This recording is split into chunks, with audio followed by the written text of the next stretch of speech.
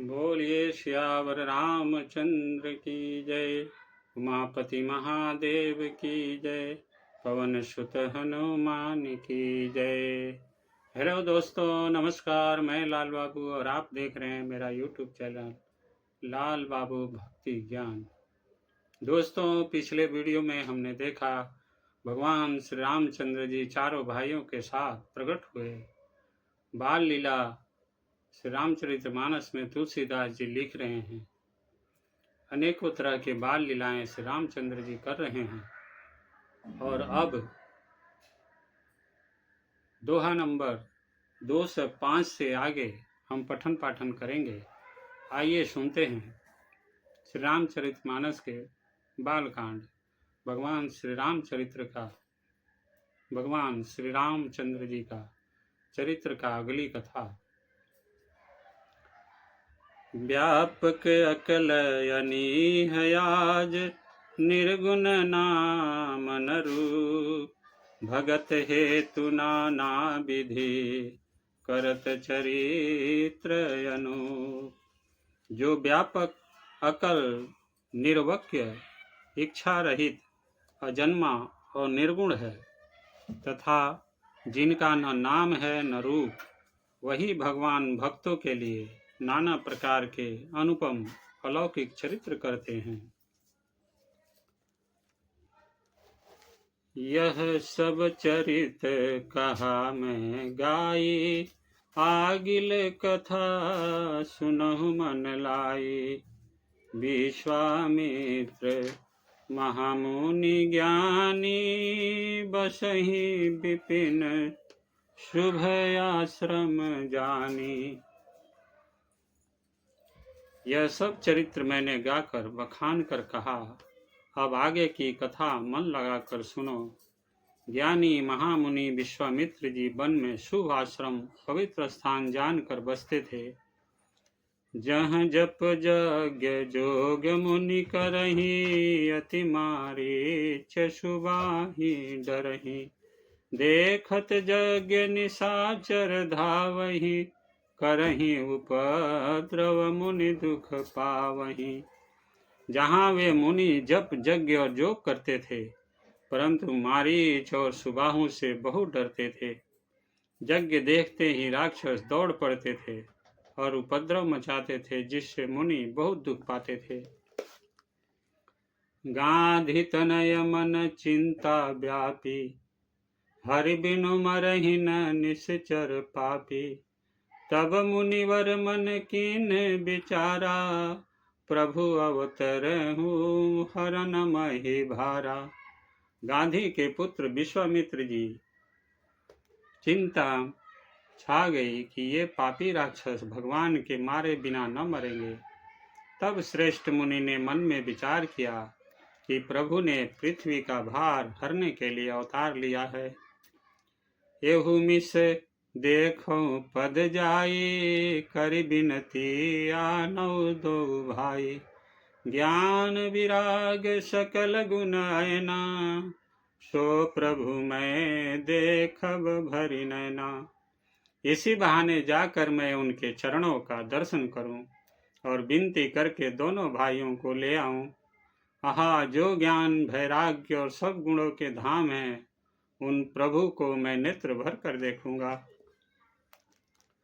बहुविधि करत मनोरथ, जात लागे नहीं बार। करि मंजन सरवु जल, गए भूप दरबार। बहुत प्रकार से मनोरथ करते हुए जाने में देर नहीं लगी। सरयू जी में जल में स्नान करके वे राजा के दरबार पर पहुंचे। मुनि आगमन सुना जब राजा, मिलन गयउल विप्र समाजा। करी दंडवत मुनि सन्मानी, निज आसन बैठारनि आनी। राजा ने जब मुनि का आना सुना, तब वे ब्राह्मणों के समाज को साथ लेकर मिलने गए और दंडवत करके मुनि का सम्मान करते हुए उन्हें लाकर अपने आसन पर बैठाया। चरण पखारि किन्ह यति पूजा, मौसम आजु धन्य नहीं दूजा, विविध भांति भोजन करवाया, मुनिवर हृदय हर्ष अति पावा। चरणों को धोकर बहुत पूजा की और कहा, मेरे समान धन्य आज दूसरा कोई नहीं है। फिर अनेक प्रकार के भोजन करवाए, जिससे श्रेष्ठ मुनि ने अपने हृदय में बहुत ही हर्ष प्राप्त किया। पुनि चरणनि मेले सुतचारी, राम देखे मुनि देह विसारी। भये मगन देखत मुख शोभा, जनु चकोर पूरन ससिलोभा। फिर राजा ने चारों पुत्रों को मुनि के चरणों पर डाल दिया, उनसे प्रणाम करवाया। श्री रामचंद्र जी को देखकर मुनि अपनी देह की सुधि भूल गए। वे श्री राम जी के मुख की शोभा देखते ही ऐसे मग्न हो गए, मानो चकोर पूर्ण चंद्रमा को देखकर लुभा गया हो। तब मन हरषि बचन कहराऊ, मुनि यस कृपा न किन्हु काऊ। यही कारण आगमन तुम्हारा, कहूँ सो करतन लावहूँ बारा। तब राजा ने मन में हर्षित होकर ये वचन कहे, हे मुनि, इस प्रकार कृपा तो आपने कभी नहीं की। आज किस कारण से आपका शुभागमन हुआ, कहिए, मैं उसे पूरा करने में देर नहीं लगाऊंगा। असुर समूह सतावहि मोहि, मैं जांचन आयऊ नृप तोहि। अनुज समेत देहु रघुनाथा, निश्चर बद्ध मैं हो बसना था। मुनि ने कहा, हे राजन, राक्षसों के समूह मुझे बहुत सताते हैं, इसलिए मैं तुमसे कुछ मांगने आया हूँ। छोटे भाई सहित श्री रघुनाथ जी को मुझे दो। राक्षसों के मारे जाने पर मैं सनात सुरक्षित हो जाऊंगा। देह भूप मन हर्षित, तजहु मोह ज्ञान। धर्म सुजस प्रभु तुम कहो, इन कह अति कल्याण। हे राजन, प्रसन्न मन से इनको दो, मोह और अज्ञान को छोड़ दो। हे स्वामी, इससे तुमको धर्म और सुजस की प्राप्ति होगी और इनका परम कल्याण होगा। सुनि राजा यति अप्रिय बानी, हृदय कंप मुख दुति कुमुलानी। चौथे पन पायऊ सुतचारी, विप्र बचन नहीं कहूँ विचारी। इस अत्यंत प्रिय बाणु को सुनकर राजा का हृदय कांप उठा और उनके मुख की कांति फीकी पड़ गई। उन्होंने कहा, हे ब्राह्मण, मैंने चौथे पन में 4 पुत्र पाए हैं, आपने विचार कर बात नहीं कही। मांगहु भूमि धेनु धन कोसा, सर्वस देव आज सहरोसा। देह प्राण ते प्रिय कछु नाही, सो मुनि देव निमिष एक माही। हे मुनि, आप पृथ्वी, गौ, धन और खजाना मांग लीजिए, मैं आज बड़े हर्ष के साथ अपना सर्वस्व दे दूंगा। देह और प्राण से अधिक प्यारा कुछ भी नहीं होता, मैं उसे भी एक पल में दे दूंगा। सब सुत प्रिय मोहि प्राण किनाई, राम देत नहीं बनई गोसाई। कह निशिचर अति घोर कठोरा, कह सुंदर सुत परम किशोरा। सभी पुत्र मुझे प्राणों के समान प्यारे हैं, उनमें भी हे प्रभु, राम को तो किसी प्रकार भी देते नहीं बनता। कहाँ अत्यंत डरावने और क्रूर राक्षस और कहाँ परम किशोर अवस्था के बिल्कुल सुकुमार मेरे सुंदर पुत्र। सुनि नृप गिरा प्रेम रस सानी, हृदय हरस माना मुनि ज्ञानी। तब वशिष्ठ बहुविधि समुझावा, नृप संदेह नाश कह पावा। प्रेम रस में सनी हुई राजा की वाणी सुनकर ज्ञानी मुनि विश्वामित्र जी ने हृदय में बड़ा हर्ष माना। तब वशिष्ठ जी ने राजा को बहुत प्रकार से समझाया, जिससे राजा का संदेह नाश को प्राप्त हुआ। अति आदर दो तनय बुलाए, हृदय लाए बहु भांति सिखाए। मेरे प्राणनाथ सूत दो, तुम मुनि पिता ने नहीं को। राजा ने बड़े ही आदर से दोनों पुत्रों को बुलाया और हृदय से लगाकर बहुत प्रकार से उन्हें शिक्षा दी। फिर कहा, हे नाथ, ये दोनों पुत्र मेरे प्राण हैं। हे मुनि, अब आप ही इसके पिता हैं, दूसरा कोई नहीं।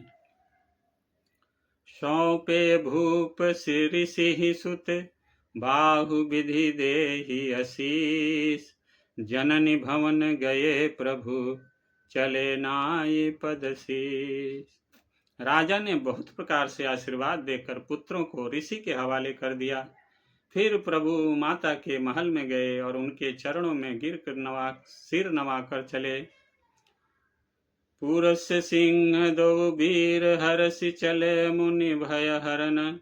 कृपा सिंधु मति धीर, अखिल विश्व कारण करन। पुरुषों में सिंह रूप दोनों भाई राम लक्ष्मण मुनि का भय हरने के लिए प्रसन्न होकर चले। वे कृपा के समुद्र, धीर बुद्धि और संपूर्ण विश्व के कारण के भी कारण हैं। अरुण नयन उर बाहु विशाला, नील जलज तनु श्याम तमाला। काटि पट पीत कसे बर माथा, रुचिर चाप साय कदू हाथा। भगवान के लाल नेत्र हैं, चौड़ी छाती और विशाल भुजाएं हैं। नील कमल और तमाल के वृक्ष की तरह श्याम शरीर है। कमर में पीतांबर पहने और सुंदर तरकस कसे हुए हैं। दोनों हाथों में क्रमशः सुंदर धनुष और बाण है। श्याम गौर सुंदर दो भाई, विश्वामित्र महानिधि पाई। प्रभु ब्रह्मण्य देव मैं जाना, मोहनिधि पिता तजऊ भगवाना। श्याम और गौर वर्ण के दोनों भाई परम सुंदर है। विश्वामित्र जी को महान निधि प्राप्त हो गई। वे सोचने लगे, मैं जान गया कि प्रभु ब्राह्मण देव ब्राह्मणों के भक्त हैं। मेरे लिए भगवान ने अपने पिता को भी छोड़ दिया। चले जात मुनि दीन देखाई, सुनी ताड़ का क्रोध करि धाई। एक ही बान प्राण हरि लीना, दीन जानिते ही निज पद दीन्हा। मार्ग में चले जाते हुए मुनि ने ताड़का को दिखलाया। शब्द सुनते ही वह क्रोध करके दौड़ी। श्री राम जी ने एक ही बाण से उसके प्राण हर लिए और दीन जानकर उसको निज पद अपना दिव्य स्वरूप दिया। तब ऋषि निज नाथ ही जिय चिन्ही, विद्या निधि कहु विद्या दीनी। जाते लागन क्षुधा पिपासा, तुलित बल तनु तेज प्रकाशा। तब ऋषि विश्वामित्र ने प्रभु को मन में विद्या का भंडार समझते हुए भी लीला को पूर्ण करने के लिए ऐसी विद्या दी जिससे भूख प्यास न लगे और शरीर में अतुलित बल और तेज का प्रकाश हो। आयुध सर्व समर्पिके प्रभु निज आश्रम यान, कंदमूल फल भोजन दिन भगत हित जान। सब अस्त्र शस्त्र समर्पण करके मुनि प्रभु श्री राम को अपने आश्रम में ले आए और उन्हें परम हितु जानकर भक्ति पूर्वक कंद मूल और फल का भोजन कराया। प्रात कहा मुनि शन रघुराई, निर्भय यज्ञ करहु तुम जाई। होम करन लागे मुनि झारी, आप रहे मख की रखवारी। सवेरे श्री रघुनाथ जी ने मुनि से कहा, आप जाकर निडर होकर यज्ञ कीजिए। यह सुनकर सब मुनि हवन करने लगे। आप श्री राम जी यज्ञ की रखवाली पर रहे। सुनी मारीच निशाचर क्रोही, लय सहाय धावा मुनि द्रोही। बिनु फरबान राम तेहि मारा, सत जो जन गा सागर पारा। यह समाचार सुनकर मुनियों का शत्रु क्रोधी राक्षस मारीच अपने सहायकों को लेकर दौड़ा। श्री राम जी ने बिना फल वाला बाण उसको मारा, जिससे वह 100 योजन के विस्तार वाले समुद्र के पार जा गिरा। पावक सर सुबाहु पुनि मारा, अनुजन साचर कटकु संहारा। मारी असुर द्विज निर्भयकारी, स्तुति करहि देव मुनि जारी। फिर सुबाहु को अग्नि बाण मारा। इधर छोटे भाई लक्ष्मण ने राक्षसों की सेना का संहार कर डाला। इस प्रकार श्री राम जी ने राक्षसों को मारकर ब्राह्मणों को निर्भय कर दिया। तब सारे देवता और मुनि स्तुति करने लगे। तह पुनि कछुक दिवस रघुराया, रहे कीन विप्रन पर दाया। भगति हेतु बहु कथा पुराना, कहे विप्र यद्यपि प्रभु जाना। श्री रघुनाथ जी ने वहां कुछ दिन और रहकर ब्राह्मणों पर दया की। भक्ति के कारण ब्राह्मणों ने उन्हें पुराणों की बहुत सी कथाएं कही, यद्यपि बहुत सब जानते थे। तब मुनि सादर कहा बुझाई, चरित एक प्रभु देखिए जाई। धनुष यज्ञ सुनि रघुकुल नाथा, हरसि चले मुनिवर के साथा। तदंतर मुनि ने आदर पूर्वक समझाकर कहा, हे प्रभु, चलकर एक चरित्र देखिए। रघुकुल के स्वामी श्री रामचंद्र जी धनुष यज्ञ की बात सुनकर मुनि श्रेष्ठ विश्वामित्र जी के साथ प्रसन्न होकर चले। आश्रम एक दीख मग माही, खग मृग जीव जंतु तह नाई। पूछा मुनि शिला प्रभु देखी, सकल कथा मुनि कहा विसेखी। मार्ग में एक आश्रम दिखाई पड़ा। वहां पशु पक्षी कोई भी जीव जंतु नहीं था। पत्थर की एक शिला को देखकर प्रभु ने पूछा। तब मुनि ने विस्तार पूर्वक सब कथा कही। गौतम नारी श्राप वश, उपल देह धरि धीर। चरण कमल रज चाहती, कृपा करहु रघुवीर। गौतम मुनि की स्त्री अहिल्या शापवश पत्थर की देह धारण किए बड़े धीरज से आपके चरण कमलों की धूलि चाहती है। हे रघुवीर, इस पर कृपा कीजिए। पर सतपद पावन शोक न सावन, प्रगट भई तप पुंज सही। अति प्रेम यदि देखत रघुनायक, जन सुखदायक सन्मुख होई कर जोर रही। अति प्रेम अधीरा पुलक शरीरा, मुख नहीं आवई बचन कही। अतिशय बड़ भागी चरण ही लागी, जुगल नयन जलधार बही। जुगल नयन जलधार बही। श्री राम जी के पवित्र और शोक को नाश करने वाले चरणों का स्पर्श पाते ही सचमुच वह तपोमूर्ति अहिल्या प्रकट हो गई। भक्तों को सुख देने वाले श्री रघुनाथ जी को देखकर वह हाथ जोड़कर सामने खड़ी रह गई। अत्यंत प्रेम के कारण वह अधीर हो गई। उसका शरीर पुलकित हो उठा। मुख से वचन कहने में नहीं आते थे। वह अत्यंत बड़भाग्नि अहिल्या प्रभु के चरणों से लिपट गई और उसके दोनों नेत्रों से जल प्रेम और आनंद के आंसुओं की धारा बहने लगी। धीरज मन कीन्हा प्रभु कहु चिन्हा, रघुपति कृपा भगति पाई। अति निर्मल बानी स्तुति ठानी, ज्ञान गम्य जय रघुराई। मैं नारी पावन प्रभु जग पावन, रावण रिपु जन सुखदाई।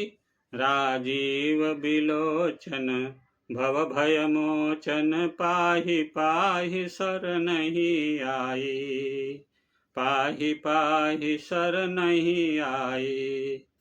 फिर उसने मन में धीरज धरकर प्रभु को पहचाना और श्री रघुनाथ जी की कृपा से भक्ति प्राप्त की। तब अत्यंत निर्मल वाणी से उसने इस प्रकार स्तुति प्रारंभ की। हे ज्ञान के जानने योग्य श्री रघुनाथ जी, आपकी जय हो। मैं सहज ही अपवित्र स्त्री हूँ, और हे प्रभु, आप जगत को पवित्र करने वाले, भक्तों को सुख देने वाले और रावण के शत्रु हैं। हे कमल नयन, हे संसार जन्म मृत्यु के भय से छुड़ाने वाले, मैं आपकी शरण आई हूँ, मेरी रक्षा कीजिए, मेरी रक्षा कीजिए। मुनि श्राप जो दीन्हा, यति भल कीन्हा, परम अनुग्रह में माना। देखऊं भरि लोचन, हरि भव मोचन, इहि लाभ शंकर जाना। बिनती प्रभु मोरी, मैं मति भोरी, नाथ न मांगहु बरयाना। कदप कमल परागा, रस अनुरागा, मन मम मन मधुप करे पाना, मम मन मधुप करे पाना। मुनि ने जो मुझे शाप दिया सो बहुत ही अच्छा किया।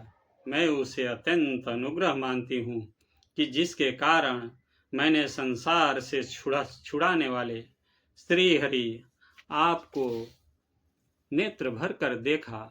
इसी आपके दर्शन को शंकर जी सबसे बड़ा लाभ समझते हैं। हे प्रभु, मैं बुद्धि की बड़ी भोली हूँ, मेरी एक विनती है। हे नाथ, मैं और कोई वर नहीं मांगती, केवल यही चाहती हूँ कि मेरा मन रूपी भौरा आपके चरण कमल की रज के प्रेम रूपी रस का सदा पान करता रहे। जेहि पद सुर सरिता परम पुनीता, प्रगट भई शिव शीस धरी। सोई पद पंकज जहि पूजत यज, मम सिर धरऊं कृपाल हरि। यही भांति सिधारी गौतम नारी, बार बार हरि चरण परी। जो अति मन भावा सो बरु पावा, मैं पतिलोक आनंद भरी। गए पतिलोक आनंद भरी। जिन चरणों से परम पवित्र देव नदी गंगा जी प्रकट हुई, जिन्हें शिव जी ने सिर पर धारण किया, और जिन चरण कमलों को ब्रह्मा जी पूजते हैं, कृपालु हरि आपने उन्हीं को मेरे सिर पर रखा। इस प्रकार स्तुति करती हुई बार बार भगवान के चरणों में गिरकर जो मन को बहुत ही अच्छा लगा, उस वर को पाकर गौतम की स्त्री अहिल्या आनंद में भरी हुई पति लोक को चली गई। अस प्रभु दीन बंधु हरि, कारण रहित दयाल। तुलसीदास सठ ते ही भजू, छाड़ी कपट जंजाल। प्रभु श्री रामचंद्र जी ऐसे दीन बंधु और बिना ही कारण दया करने वाले हैं। तुलसीदास जी कहते हैं, हे सठ मन, तू कपट जंजाल छोड़कर उन्हीं का भजन कर। चले राम लक्ष्मण मुनि संगा, गए जहाँ जग पावनी गंगा। गाधी सुत सब कथा सुनाई, जही प्रकार सुर सरी मही आई। श्री राम जी और लक्ष्मण जी मुनि के साथ चले। वे वहां गए जहां जगत को पवित्र करने वाली गंगा जी थी। महाराज गांधी के पुत्र विश्वामित्र जी ने वह सब कथा कह सुनाई, जिस प्रकार देव नदी गंगा जी पृथ्वी पर आई थी। तब प्रभु ऋषिन समेत नहाये, विविध दान मही देव निपाये। हरषि चले मुनि वृंद सहाया, बेग विदेह नगर नियराया। तब प्रभु ने ऋषियों सहित गंगा जी में स्नान किया। ब्राह्मणों ने भांति भांति के दान पाए। फिर मुनि वृंद के साथ वे प्रसन्न होकर चले और शीघ्र ही जनकपुर के निकट पहुंच गए। पुर रम्यता राम सब देखी, हर से अनुज समेत विशेखी। बापी कूप सरित सरनाना, सलिल सुधा सम मनी सोपाना। श्री राम जी ने जब जनकपुर की शोभा देखी, तब वे छोटे भाई लक्ष्मण सहित अत्यंत हर्षित हुए। वहाँ अनेकों बावलियाँ, कुएं, नदी और तालाब हैं, जिनमें अमृत के समान जल है और मणियों की सीढ़ियाँ बनी हुई है। गुंजत मंजू मत रस भृंगा, कूजत कल बहु बरन विहंगा। बरन बरन बिकसे बन जाता, त्रिविध समीर सदा सुखदाता। मकरंद रस से मतवाले होकर भौरे सुंदर गुंजार कर रहे हैं। रंग बिरंगे बहुत से पक्षी मधुर शब्द कर रहे हैं। रंग रंग के कमल खिले हैं। सदा सब ऋतुओं में सुख देने वाला शीतल मंद सुगंध पवन बह रहा है। सुमन बाटिका बागवन विपुल विहंग निवास, फूलत फलत सुपल्लवत सोहत पुर चहु पास। पुष्प वाटिका फुलवारी, बाग और वन जिसमें बहुत से पक्षियों का निवास है, फूलते फलते और सुंदर पत्तों से लदे हुए नगर के चारों ओर सुशोभित है। बनई न बरनत नगर निकाये, जहाँ जाई मन तहाँ ही लोभाई। चारु बजारु विचित्र अंबारी, मणिमय वेद जनु स्वकर संवारी। नगर की सुंदरता का वर्णन करते नहीं बनता। मन जहाँ जाता है वही लुभा जाता है, रम जाता है। सुंदर बाजार है, मड़ियों से बने हुए विचित्र छज्जे हैं, मानो ब्रह्मा ने उन्हें अपने हाथों से बनाया है। धनिक बनिक बर धनद समाना, बैठे सकल वस्तु ले नाना। चौहट सुंदर गली सुहाई, संतत रहई सुगंध सिंचाई। कुबेर के समान श्रेष्ठ धनी व्यापारी सब प्रकार की अनेक वस्तुएं लेकर दुकानों में बैठे हैं। सुंदर चौराहे और सुहावनी गलियां सदा सुगंध से सिंची रहती हैं। मंगलमय मंदिर सब केरे, चित्रित जनु रतिनाथ चितेरे। पुर नर नारी सुभग सुचि संता, धर्मशील ज्ञानी गुणवंता। सबके घर मंगलमय है और उन पर चित्र कढ़े हुए हैं, जिन्हें मानो कामदेव रूपी चित्रकार ने अंकित किया है। नगर के सभी स्त्री पुरुष सुंदर पवित्र साधु स्वभाव वाले धर्मात्मा, ज्ञानी और गुणवान हैं। अति अनूप जह जनक निवासु, विथ कही विबुध बिलोकी बिलासु। होत चकित चित कोट बिलोकी, सकल भुवन शोभा जनुरों की। जहाँ जनक जी का अत्यंत अनुपम सुंदर निवास स्थान है, महल है, वहाँ के विलास ऐश्वर्य को देखकर देवता भी चकित स्तंभित हो जाते हैं। मनुष्यों की तो बात ही क्या, कोट राजमहल के परकोटे को देखकर चित्त चकित हो जाता है। ऐसा मालूम होता है मानो उसने समस्त लोगों की शोभा को रोक घेर रखा है। धवल धाम मणि पुरट पट, सुघटित नाना भात। सिय निवास सुंदर सदन, शोभा किमि कही जात। उज्ज्वल महलों में अनेक प्रकार के सुंदर रीति से बने हुए मणिजटित सोने के झरी के पर्दे लगे हैं। सीता जी के रहने के सुंदर महल की शोभा का वर्णन किया ही कैसे जा सकता है। सुभग द्वार सब कुलिस कपाटा, भूप भीर नट मागध भाटा। बनी विशाल बाज गजशाला, हय गय रथ संकुल सब काला। राजमहल के सब दरवाजे सुंदर हैं, जिनमें वज्र के मजबूत अथवा हीरे के चमकते हुए किवाड़ लगे हैं। वहाँ मातहत राजाओं, नटों, मगधों और भाटों की भीड़ लगी रहती है। घोड़ों और हाथियों के लिए बहुत बड़ी बड़ी घुड़सालें और गजशालाएं, फील खाने बनी हुई हैं, जो सब समय घोड़े, हाथी और रथों से भरी रहती है। सुर सचिव से नप बहु तेरे, नृप गृह सरिस सदन सब केरे। पुर बाहिर सर सरित समीपा, उतरे जहता विपुल महीपा। बहुत से सूरवीर मंत्री और सेनापति हैं, उन सब के घर भी राजमहल सरीखे ही हैं। नगर के बाहर तालाब और नदी के निकट जहाँ तहाँ बहुत से राजा लोग उतरे हुए डेरा डाले हुए हैं।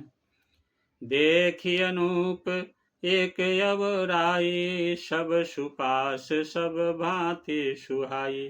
कौशिक कहु मोर मनु माना, यहाँ रहई रघुबीर सुजाना। वहीं आमों का एक अनुपम बाग देखकर, जहाँ सब प्रकार के सुबीते थे और जो सब तरह से सुहावना था, विश्वामित्र जी ने कहा, हे सुजान रघुबीर, मेरा मन कहता है कि यही रहा जाए। भले ही नाथ कही कृपा निकेता, उतरे तह मुनि वृंद समेता। विश्वामित्र महामुनि आए, समाचार मिथिलापति पाए। कृपा के धाम श्री रामचंद्र जी बहुत अच्छा स्वामीन कहकर वही मुनियों के समूह के साथ ठहर गए। मिथिलापति जनक जी ने जब यह समाचार पाया कि महामुनि विश्वामित्र आए हैं, संग सचिव सुचि भूरि भट, भूसुर बर गुर ज्ञात। चले मिलन मुनि नायक, मुदित राव यही बात। बोलिए सियावर रामचंद्र की जय, उमापति महादेव की जय, पवन सुत हनुमान की जय। जय जय श्री सीताराम। दोस्तों, आज की कथा यहीं समाप्त होती है। वीडियो आपको कैसी लगी यह कमेंट में बताइएगा। इस चैनल को सब्सक्राइब कीजिए, लाइक कीजिए और दोस्तों और रिश्तेदारों में शेयर जरूर कीजिएगा। आप खुश रहें, स्वस्थ रहें और आनंदित रहें, यही भगवान से प्रार्थना है। जय श्री राम।